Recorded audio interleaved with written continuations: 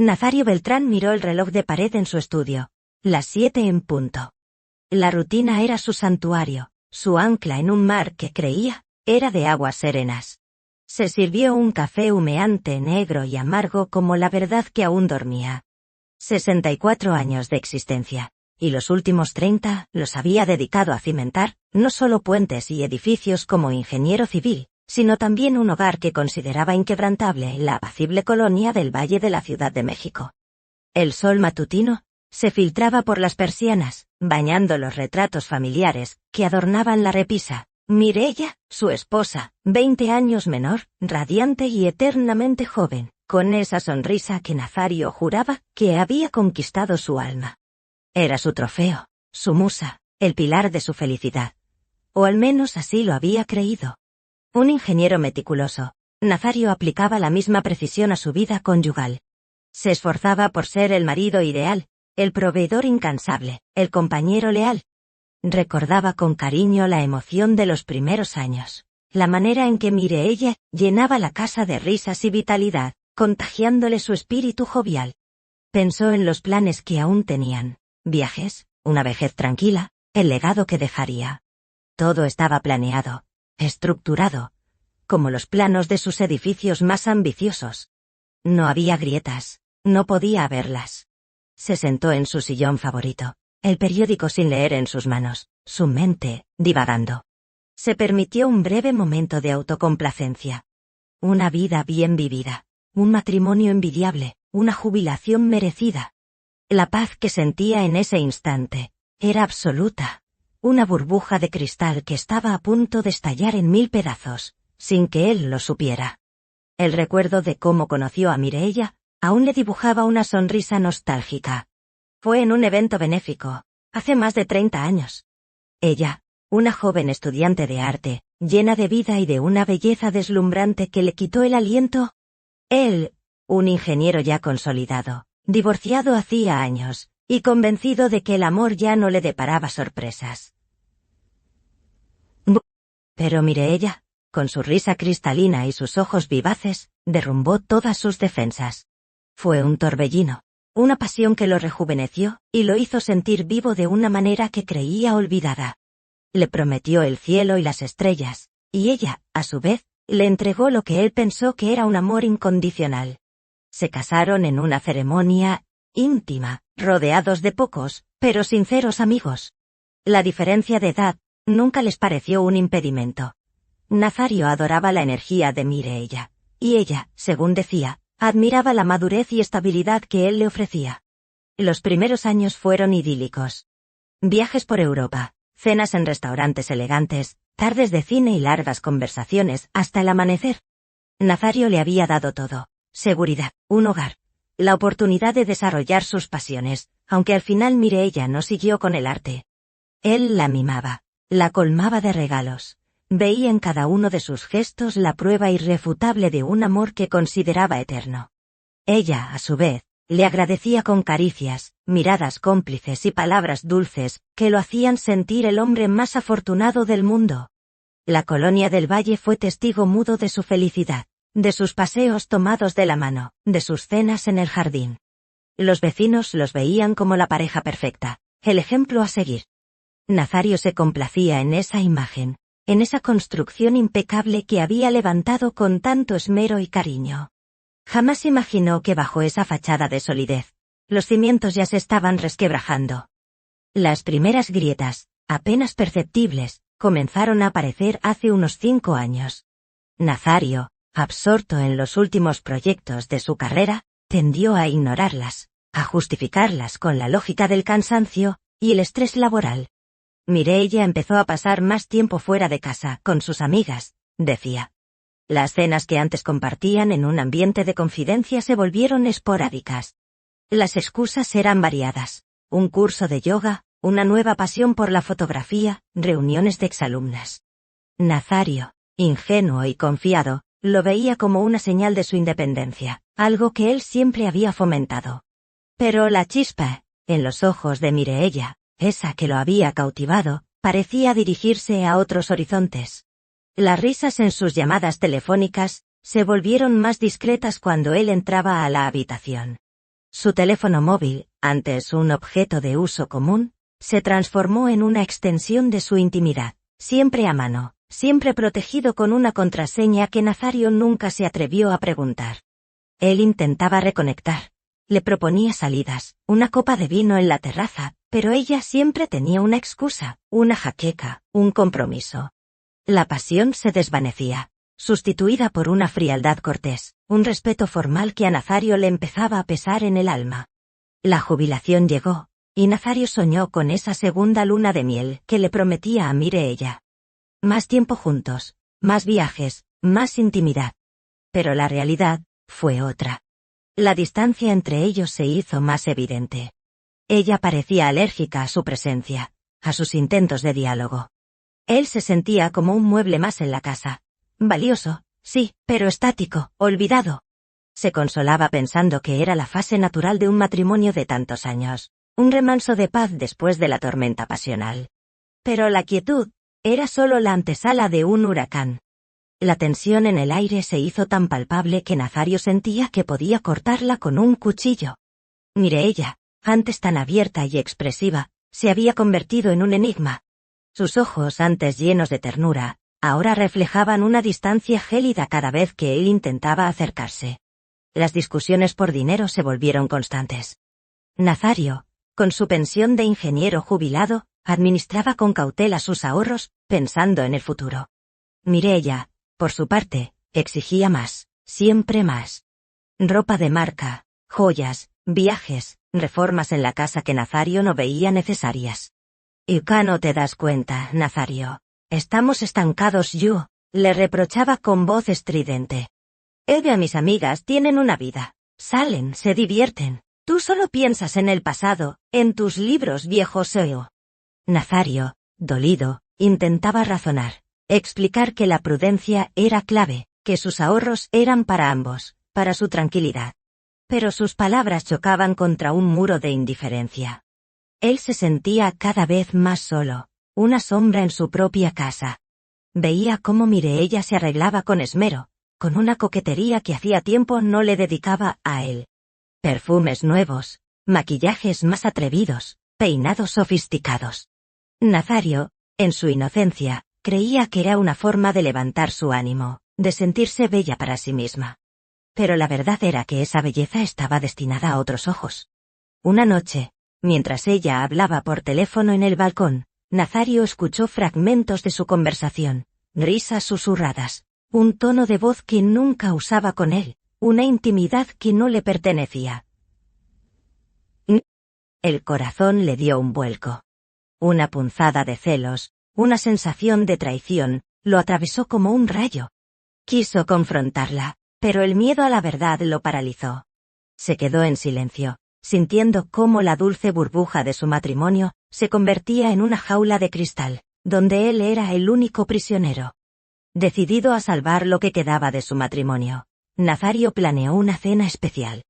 Compró las flores favoritas de Mireia, cocinó su platillo preferido y descorchó una botella de vino que guardaban para ocasiones especiales. Quería recrear la magia de antaño, recordarles a ambos los motivos por los que se habían elegido. Cuando Mireia entró a la cocina, su rostro se mantuvo impasible. No hubo una chispa de sorpresa, ni una pizca de agradecimiento. «Edo, ¿qué es esto, Nazario?», preguntó con un tono más de fastidio que de curiosidad. «Una cena para nosotros, mi amor». «Para celebrar nuestro amorío», balbuceó Nazario, sintiéndose de pronto vulnerable y ridículo. Mireia soltó una risa seca. «¿Celebrar qué?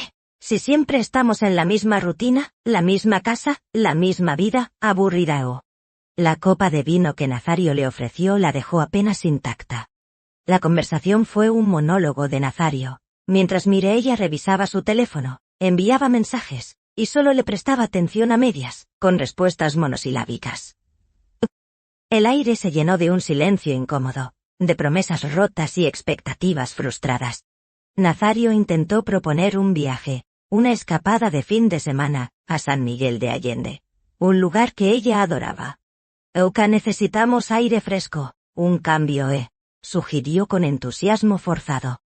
Mireia levantó la vista del móvil, con una mueca de disgusto tonto. ¿Para qué? ¿Para verte quejarte de los precios y de que la cama es dura? Gracias, pero prefiero quedarme aquí. Sus palabras le cayeron a Nazario como una losa. Cada intento de acercamiento era recibido con desdén, cada gesto de cariño, con una frialdad que helaba su alma. La soledad se había instalado en su corazón, una soledad profunda y amarga. Se sentía invisible, reemplazable. La noche terminó en un silencio más pesado que antes, con Mireia encerrada en su habitación, alegando una llamada importante. Nazario se quedó en la sala, mirando el plato de comida intacta, la botella de vino a medio acabar. El eco de sus risas pasadas se burlaba de él en la quietud de la casa. La angustia se convirtió en una compañera constante para Nazario. Ya no podía ignorar la sensación de que algo vital se había roto en su matrimonio. Buscó consuelo en su viejo amigo y ex colega, Ramiro, un hombre de mundo y con buen ojo para las verdades incómodas. Durante uno de sus encuentros semanales en el club de jubilados, Nazario se abrió, aunque de forma velada. «Pero Mireia está distante, Ramiro. Creo que la jubilación me ha sentado mal, me siento un estorbo y...»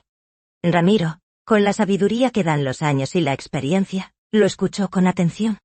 «Era Nazario, mi viejo amigo. Tú nunca has sido un estorbo. Eres un hombre bueno, un hombre íntegro. A veces la distancia no la crea uno mismo, sino el que se aleja o...» Aunque Nazario no le reveló la totalidad de sus miedos, la conversación le dejó un regusto amargo. Sabía que Ramiro, con su intuición, había captado más de lo que Nazario quería admitir. Por otro lado, doña Felicita Robles, su vecina octogenaria y observadora perspicaz, comenzó a hacerle preguntas sutiles. «Hola Nazario, mi vida, Mireia está bien. La veo salir mucho últimamente, y a veces, por las noches, me parece ver un coche negro extraño estacionado por aquí. ¿Es algún amigo que la viene a buscar, o...?» Nazario desestimaba las observaciones de doña Felicita, con una sonrisa forzada. Son cosas de ella, doña Felicita, ya sabe, sus actividades. Las mujeres jóvenes tienen mucha energía, Pero las palabras de doña Felicita se clavaban en su mente, como pequeñas astillas de duda. Un coche negro. ¿Cuántas veces lo había visto él mismo, aparcado a cierta distancia, y no le había prestado la menor atención? Su mente, entrenada para la ingeniería, para detectar fallos estructurales, empezaba a registrar irregularidades en el andamiaje de su vida. La culpa lo carcomía por dentro. ¿Estaba él envejeciendo mal? ¿Se estaba volviendo paranoico? Se miró al espejo, notando las arrugas más profundas, el cabello más escaso, los ojos más cansados. «Eco viejo ridículo», se dijo a sí mismo. «Y a ella solo busca su propia felicidad, y tú no eres parte de ella, Yu». Pero la verdad era más compleja, y mucho más cruel de lo que su mente quería aceptar. La inquietud de Nazario no cesaba. Se había convertido en un detective en su propia casa, un rol que detestaba, pero que se sentía obligado a asumir. Un día, mientras ayudaba a Mireia a organizar unos documentos en su escritorio, algo que ella siempre había hecho sola, con un celo inexplicable, Nazario encontró un recibo.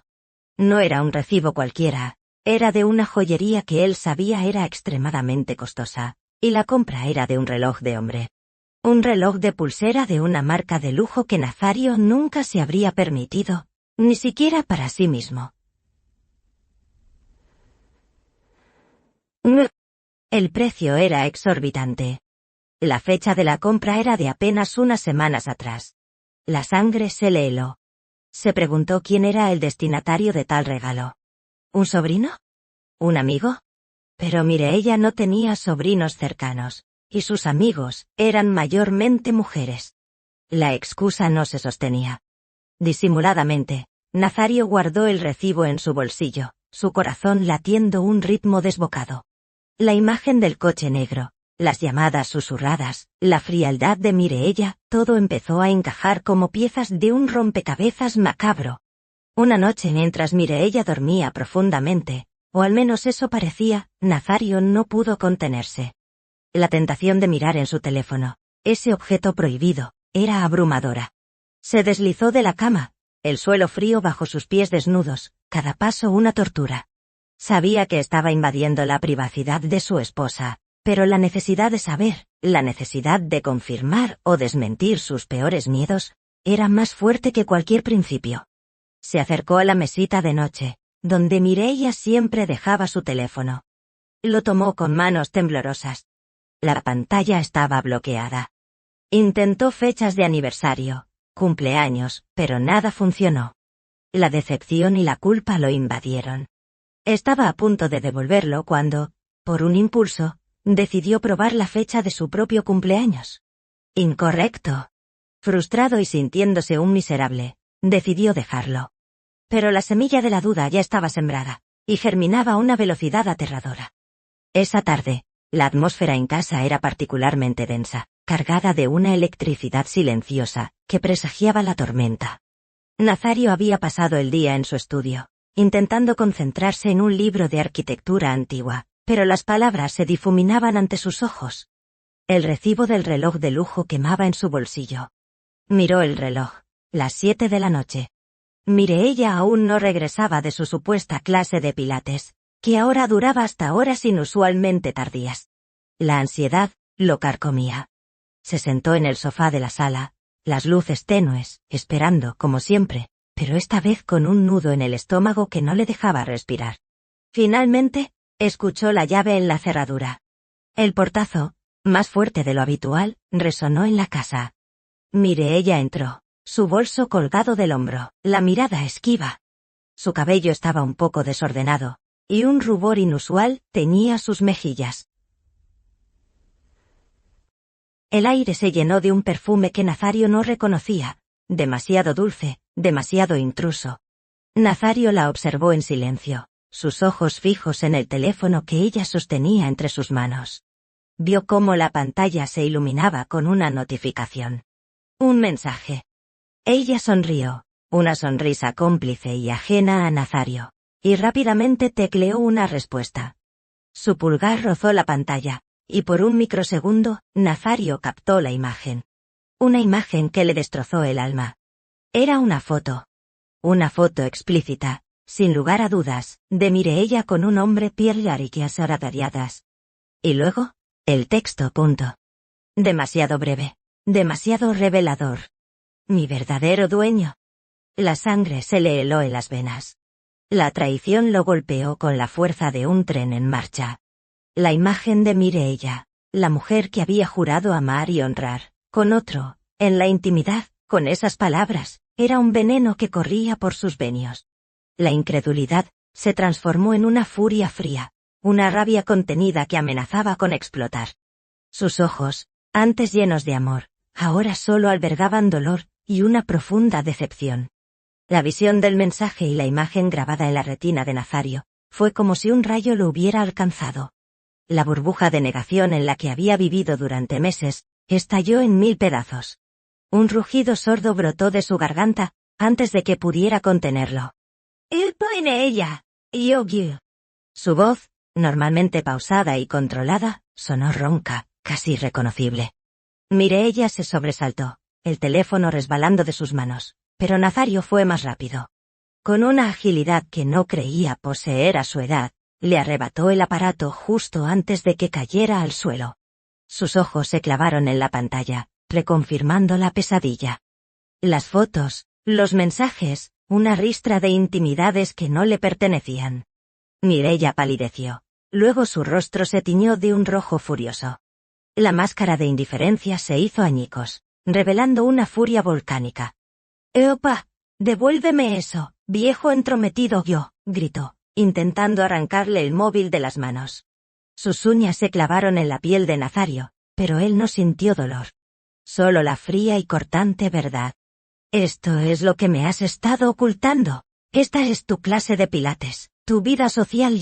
Nazario escupió las palabras, cada una cargada de años de dolor y decepción.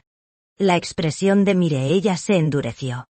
La vergüenza dio paso a una agresión brutal. «¿Y qué si lo es, Nazario? ¿Qué te importa a ti, viejo inútil? Eres un estorbo, me das asco, un viejo inservible que no me dan nada, jo». Sus palabras afiladas como cuchillos, se hundieron en el corazón de Nazario. El eco de viejo inservible y asco resonó en la sala, rompiendo cualquier lazo de respeto que aún pudiera existir. Con un grito furioso, Mireia tomó un jarrón de cerámica que adornaba la mesita, y lo estrelló contra la pared. Los fragmentos volaron por toda la sala, como los pedazos de su matrimonio. «Me tienes harta yo», bramó, y sin esperar respuesta, se dio la vuelta y corrió hacia la habitación. El portazo que siguió hizo temblar la casa entera, un estruendo final que selló el abismo entre ellos. Nazario se quedó en el sillón, el teléfono aún en su mano temblorosa, los ojos fijos en los restos del jarrón. Destrozado, con el corazón roto en 1000 pedazos, la casa le parecía de repente un mausoleo de sueños rotos.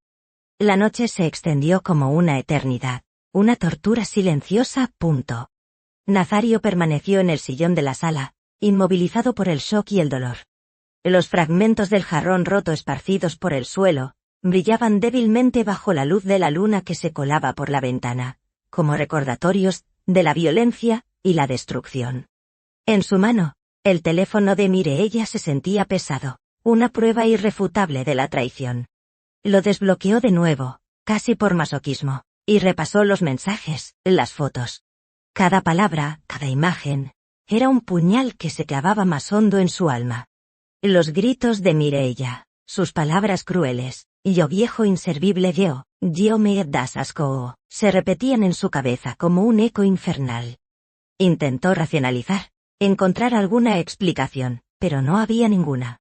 Solo una verdad brutal y sin adornos: había sido engañado, humillado, y su vida, la que creía sólida como sus edificios, se había derrumbado. Las lágrimas, que creía ya secas por la edad, comenzaron a brotar, calientes y amargas. Se dejó llevar por un llanto silencioso, un lamento ahogado que no quería que nadie escuchara, ni siquiera él mismo. Pensó en los 30 años, en las promesas, en los sacrificios, en todo lo que había construido. ¿Era todo una farsa desde el principio?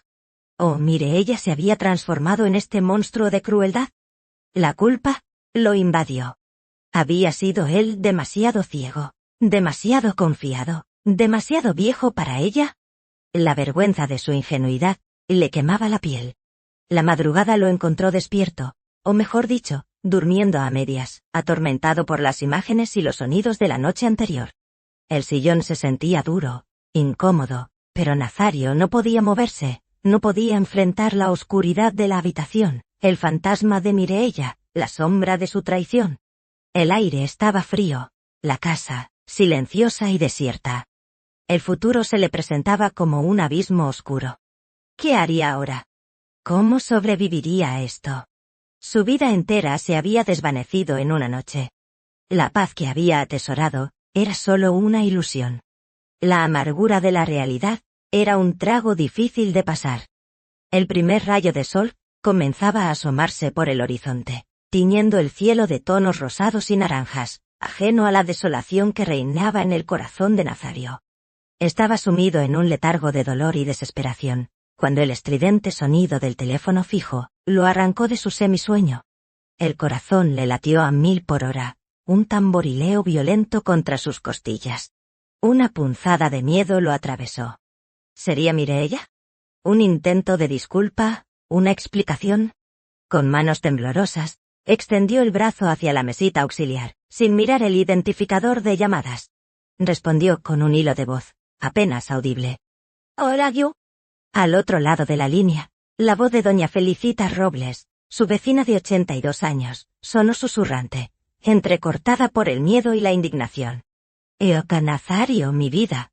¡Qué horror! Estás despierto. Tienes que saber esto. Oh. Nazario se enderezó en el sillón, la adrenalina corriendo por sus venas. ¿Qué pasa, doña Felicita? ¿Está usted bien, Yu?» La anciana soltó un suspiro tembloroso. No es de mí de quien me preocupo. Es de tu mujer, Nazario. Tu mujer se está besando con un tipo en la acera, justo enfrente de tu casa. Y, Dios mío, Nazario, acaba de subirse a un coche negro con él y otros 2 hombres. Se llevaron cajas y maletas. Parecían tener prisa. Y ese hombre, qué sinvergüenza. La besó como si fuera su dueña. La besó como si fuera su dueña. Las palabras de doña Felicita cayeron sobre Nazario, como una avalancha. El coche negro. El mismo coche que ella había mencionado antes. El mismo coche que él había visto sin darle importancia. Las maletas. Las cajas. La imagen de Mireia besando a otro hombre, con la misma pasión que le negaba a él, lo golpeó con una fuerza devastadora. La sangre se le heló. El teléfono se le resbaló de la mano, cayendo al suelo con un golpe sordo. No era una discusión, no era una infidelidad pasajera. Esto era otra cosa. Algo mucho más grave, más calculado, más cruel. El terror se apoderó de él. Mireia no solo se había ido, se había escapado, y de una manera que le erizó la piel. El aliento se le cortó. Su casa, su vida, se estaba desvaneciendo frente a sus ojos. El pánico frío y paralizante se apoderó de Nazario. Las palabras de doña Felicita resonaban en sus oídos, un eco lúgubre de una verdad que se negaba a aceptar. Sin pensarlo 2 veces, se levantó del sillón con una fuerza que no creía poseer, y corrió hacia la habitación principal. Su corazón martilleaba en su pecho, un presagio de la ruina. Abrió la puerta de golpe, y la escena ante sus ojos confirmó sus peores temores. La habitación estaba revuelta, no por una discusión pasional, sino por una evacuación premeditada. Los cajones de la cómoda estaban abiertos de par en par, vacíos, con algunas prendas esparcidas por el suelo, restos de una selección apresurada. El armario de Mireia, antes repleto de vestidos y trajes elegantes, ahora mostraba un vacío desolador. Las perchas colgaban desnudas, balanceándose ligeramente con la corriente de aire. No quedaba rastro de sus joyas, de sus perfumes, de sus cosméticos caros. Los recuerdos de Mireia, sus fotos en la mesita de noche, sus pequeños objetos personales, todo había desaparecido. Nazario se acercó a su propio armario, el pánico creciendo en su garganta. Sus trajes, sus camisas, seguían allí, intactos. Pero no fue su ropa lo que buscó. Su mirada se dirigió al pequeño estuche de madera, donde guardaba los objetos de valor, las escrituras de la casa, los certificados de acciones, un viejo reloj de bolsillo de su padre. El estuche estaba abierto, y por dentro, solo un puñado de polvo. Vacío. Un grito mudo quedó atrapado en su garganta. Luego, sus ojos se posaron en la caja fuerte empotrada en la pared, disimulada detrás de un cuadro. Se arrodilló, sus manos temblorosas, al intentar introducir la combinación. La caja se abrió con un clic familiar, pero el interior revelaba un abismo. No había dinero en efectivo, ni sus libretas bancarias, ni los documentos de sus inversiones. Ni un solo papel. Solo el vacío, una burla cruel a su confianza. En cuestión de segundos, la magnitud de la traición se hizo dolorosamente evidente. Mireia no solo lo había abandonado, lo había saqueado. Lo había dejado sin nada, en la más absoluta de las desolaciones. La realidad lo golpeó como una ola gigante, dejándolo sin aliento. Nazario se levantó de la caja fuerte, el rostro pálido, y las piernas temblorosas. El vacío en la caja era un agujero negro que se extendía a su futuro. Corrió al estudio, buscando desesperadamente el teléfono. Necesitaba confirmar. Necesitaba una explicación, aunque en el fondo sabía que la verdad era irrefutable. Marcó el número de su banco, el de toda la vida, ese donde había depositado los ahorros de una vida de trabajo arduo. La voz automatizada de la operadora sonó fría, impersonal, una tortura en ese momento. Ingresó sus datos, su número de cuenta. Y luego, el mensaje. Diga su saldo actual, es de 0 pesos y 0 centavos su. La frase se repitió, una y otra vez, martilleando en su cabeza. 0, 800.000 pesos. Los ahorros de toda su vida, el fruto de décadas de esfuerzo y sacrificio, se habían esfumado. Nazario se negó a creerlo. Marcó el número de su cuenta de inversiones, luego la de ahorro. Mismo resultado. Erotocle. La confirmación era brutal. Mireia no solo había vaciado sus cuentas, sino que había actuado con una premeditación escalofriante. ¿Cómo había logrado acceder a todo? ¿Sus contraseñas? ¿Su firma? Se sentía estúpido, ciego, un anciano manipulado. El ingeniero que había construido puentes sólidos, ahora se encontraba bajo los escombros de su propia vida. La furia, contenida hasta entonces, explotó dentro de él. No era solo la pérdida material, era la traición a su confianza, la burla a su amor, la aniquilación de su dignidad. Su mente, antes dedicada a cálculos de resistencia de materiales, ahora solo calculaba el tamaño de su ruina. 800.000 pesos. Una cifra que significaba su tranquilidad, su independencia en la vejez, su legado. Todo despojado por la mujer, a la que había amado y protegido. Cayó en su silla de escritorio, la cabeza entre las manos, el mundo girando a su alrededor. No quedaba nada. Su futuro, su seguridad, su propia identidad, todo se había desvanecido. Se sentía más vacío que las cuentas bancarias, más desolado que su armario. Mireia había completado su obra maestra de destrucción. Mientras el escalofrío del robo bancario aún lo recorría, una nueva oleada de terror se apoderó de Nazario. Recordó el escritorio de Mireia, ese espacio que ella custodiaba con celo, y donde él había intentado organizar documentos días atrás. Con una renovada sensación de urgencia, se dirigió a su pequeño rincón. Los cajones estaban entreabiertos, desordenados por la prisa de su huida. Rebuscó entre papeles sin importancia, viejas revistas, recibos de compras triviales, hasta que sus dedos encontraron una carpeta de Manila que no recordaba haber visto antes. La abrió, y lo que encontró dentro le heló la sangre por completo. Eran papeles. Contratos. Un borrador de compra-venta de su propia casa. Documentos a medio firmar, con espacios en blanco para las fechas y las firmas, pero con el nombre de Mireia y el suyo ya impresos como vendedores. Y, lo que era más alarmante, el nombre del comprador. Una empresa fantasma, con un domicilio fiscal que Nazario sabía que era una oficina virtual. Una entidad sin rostro, sin historia, diseñada para el lavado de dinero o para desaparecer sin dejar rastro. La magnitud de su plan era monstruosa. No solo quería su dinero, quería su hogar, el refugio de su vejez, el lugar donde había invertido 30 años de su vida, donde habían crecido sus recuerdos, tanto los buenos como los más recientes y dolorosos. Quería dejarlo en la calle, despojado de todo, sin un techo, sin un peso, sin dignidad. Nazario sintió un torbellino de emociones, rabia, incredulidad, un asco profundo hacia la mujer que había sido su esposa. Esta no era una infidelidad pasional, ni siquiera un simple robo. Era una operación meticulosa, fría y calculada para destruirlo por completo. El ingeniero que había diseñado estructuras para soportar terremotos, ahora sentía que su propia estructura vital se estaba desmoronando bajo el peso de una traición de proporciones épicas. Se arrodilló, los papeles cayendo de sus manos inertes. Respiró hondo, intentando controlar el temblor de su cuerpo. Pero ya no era solo la tristeza.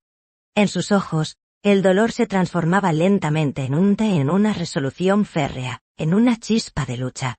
La humillación ya no era soportable. No, esto no se quedaría así. Mireia había subestimado al viejo ingeniero. La desesperación dio paso a una extraña lucidez. Nazario se levantó del suelo, sus manos aún temblorosas, pero su mente, la mente analítica del ingeniero, ya empezaba a trazar un plan. No podía permitirse el lujo de la autocompasión. Su supervivencia dependía de su capacidad para actuar. Lo primero era asegurar la casa. Con pasos decididos, aunque aún algo lentos, Nazario recorrió cada rincón, revisando puertas y ventanas. Cambió las cerraduras de inmediato, por una cuestión de seguridad, y para cortar cualquier conexión física con Mireia. Sabía que ella tenía llaves, y no podía arriesgarse a una nueva intrusión. Luego, tomó su teléfono, y, con un pulso más firme, marcó el número de su abogado, el licenciado Sandoval, un hombre de confianza con quien había trabajado en temas contractuales de sus proyectos. La voz de Nazario sonó inusualmente grave al explicar la situación, omitiendo los detalles más íntimos, centrándose en los hechos irrefutables, el vaciado de las cuentas, los documentos de la casa. El licenciado Sandoval lo escuchó con atención, su tono profesional, pero con un matiz de preocupación. Nazario, esto es muy grave. Necesitamos actuar de inmediato, Le aconsejó presentar una denuncia formal por robo y fraude, y congelar cualquier transacción relacionada con la propiedad. Mientras esperaba la respuesta del abogado, Nazario comenzó a recolectar todas las pruebas que pudo. Los recibos bancarios con saldo cero, los documentos de la casa a medio firmar, el recibo del reloj de lujo que había guardado. Incluso tomó el teléfono de Mireia, la fuente inicial de su descubrimiento, y lo envolvió cuidadosamente, sabiendo que sería una pieza clave. Cada acción era un paso fuera del abismo de la desesperación. Ya no era el Nazario destrozado y humillado de la madrugada. Era un hombre con una misión, impulsado por una ira fría y una sed de justicia. El dolor seguía allí, punzante, pero ahora se mezclaba con una determinación férrea. Mireia lo había subestimado, pero no volvería a hacerlo. El viejo ingeniero había encontrado un nuevo propósito en la vida: luchar para recuperar lo que era suyo, y desenmascarar a la mujer que había jurado amarlo. La batalla apenas comenzaba. Al día siguiente, Nazario se sentó frente al licenciado Sandoval en su elegante despacho, una carpeta repleta de documentos, y el teléfono de Mireia sobre el escritorio. La luz de la oficina iluminaba las ojeras de Nazario y la seriedad en su rostro. El abogado, un hombre de mediana edad con una mirada aguda y voz calmada, repasaba los papeles con una expresión grave. «Oh, Nazario, la situación es compleja, pero no imposible.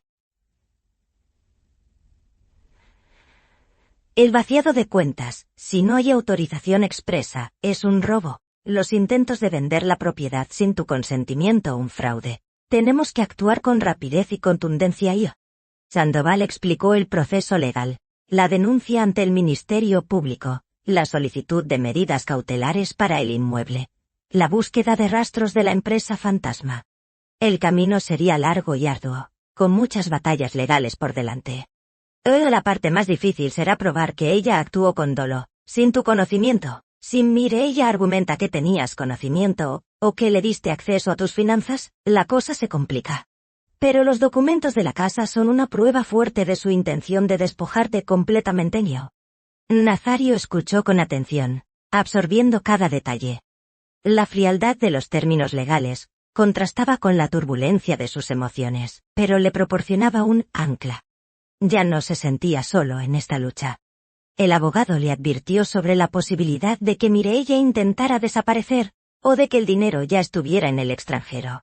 La prognosis era sombría en cuanto a la recuperación total del capital, pero Sandoval le aseguró que harían todo lo posible. Lo más importante ahora es proteger lo que te queda, y buscar justicia. Nazario asintió, su mandíbula apretada. Quiero que pague por lo que hizo, licenciado, no solo por el dinero, sino por la humillación, por los años de mentiras. Ella me dejó en la calle, en mi propia casa. Esto es una cuestión de dignidad. El abogado lo miró, comprendiendo la profundidad de su dolor y su ira.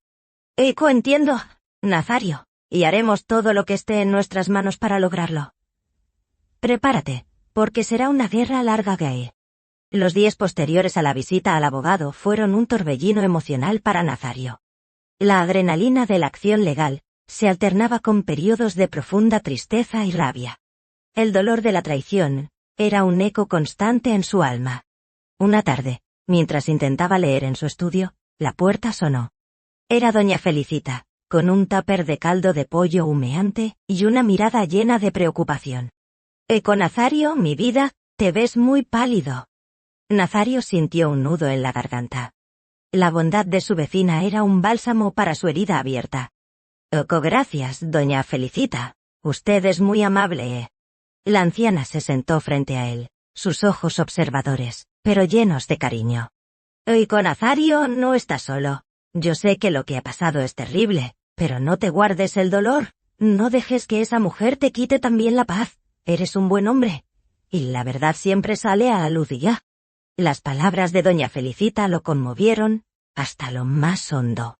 Le sirvió una taza de caldo y lo obligó a comer. Mientras Nazario sorbía el líquido caliente, se dio cuenta de que no solo había perdido dinero y una esposa, sino también la confianza en sí mismo. ¿Cómo pudo haber sido tan ciego? ¿Cómo pudo haber confundido la ambición con el amor durante tanto tiempo? El enojo se dirigía también hacia él mismo. Sin embargo, la presencia de doña Felicita, su preocupación genuina, le recordó que aún había bondad en el mundo. Ella representaba una conexión con la comunidad, con la verdad. Le relató, con voz temblorosa, lo que había descubierto, el fraude, el intento de vender la casa. Oye. Doña Felicita lo escuchó en silencio, con lágrimas en los ojos. Esa mujer no tiene alma, Nazario. Su apoyo fue un rayo de esperanza en la oscuridad. Nazario no estaba solo. Tenía un abogado, tenía una vecina que se preocupaba. Y tenía, sobre todo, la determinación de luchar por su dignidad. Impulsado por un deseo irrefrenable de entender la mente de Mireia y descubrir al hombre que la acompañaba, Nazario inició su propia investigación paralela, una que el licenciado Sandoval le había advertido que podría ser un arma de doble filo, pero que Nazario sentía la necesidad de emprender. Rebuscó en los cajones que Mireia había dejado desordenados en su huida, buscando cualquier pista, cualquier detalle que se le hubiera escapado. Encontró un par de libretas antiguas de Mireia, que al principio parecían diarios vacíos, pero al hojearlas, descubrió una serie de anotaciones crípticas, nombres de hoteles de lujo, direcciones que no reconocía, y cifras.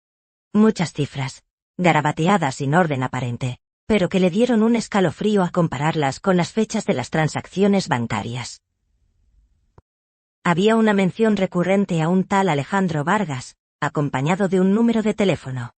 Nazario sintió una punzada de celos y rabia. Este debía ser mi verdadero dueño.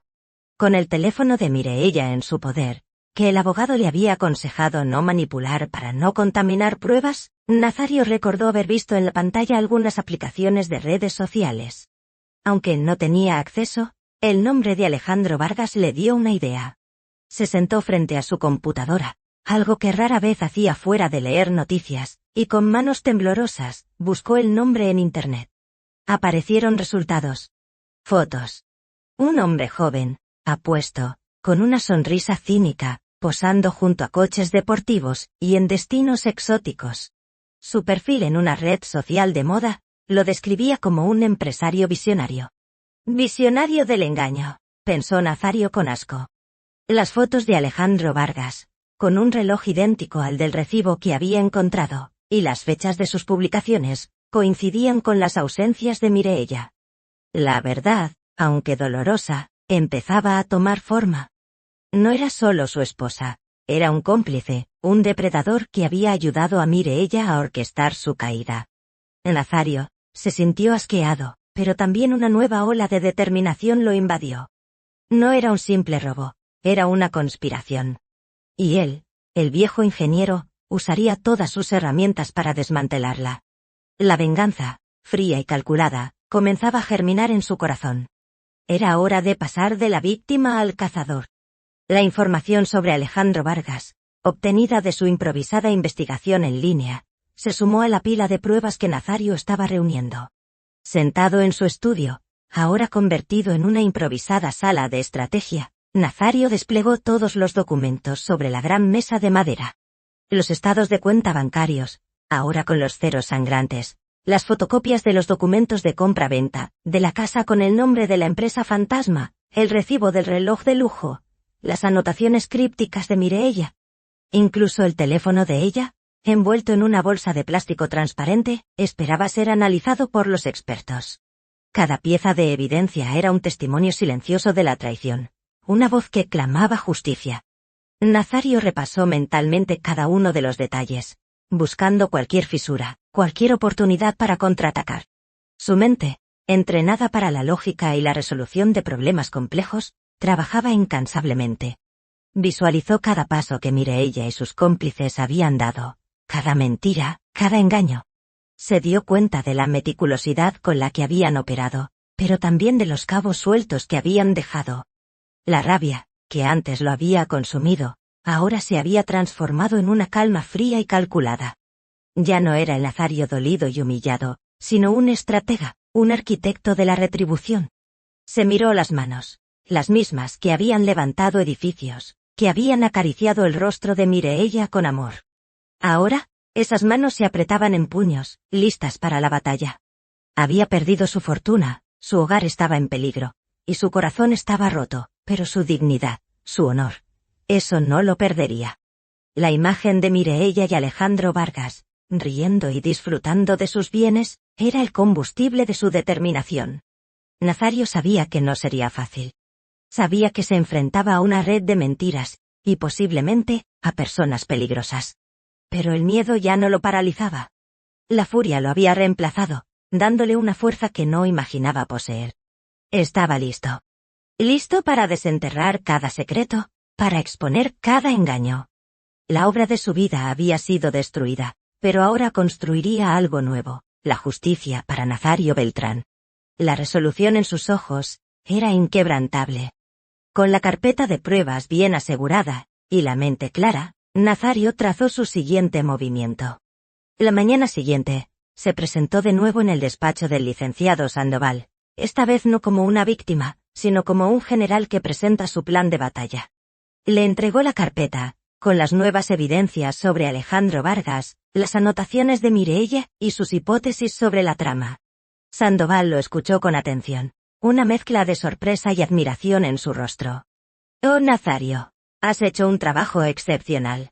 Esta información es invaluable. Con esto, podemos empezar a rastrear a este Alejandro Vargas y vincularlo directamente con Mireia y la empresa Fantasmai». La estrategia de Nazario ya no era solo defensiva, sino ofensiva.